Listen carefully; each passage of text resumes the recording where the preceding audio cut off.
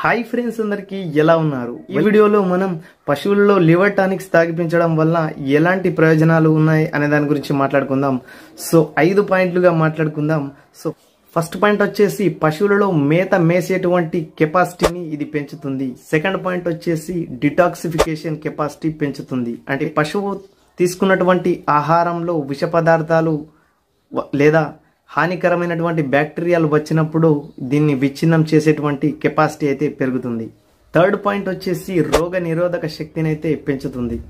Fourth point వచ్చేసి పునరుత్పత్తి శక్తి, reproduction, అంటే మనకి సకాలంలో ఎదకు రావడాన్ని అయితే గమనించవచ్చు.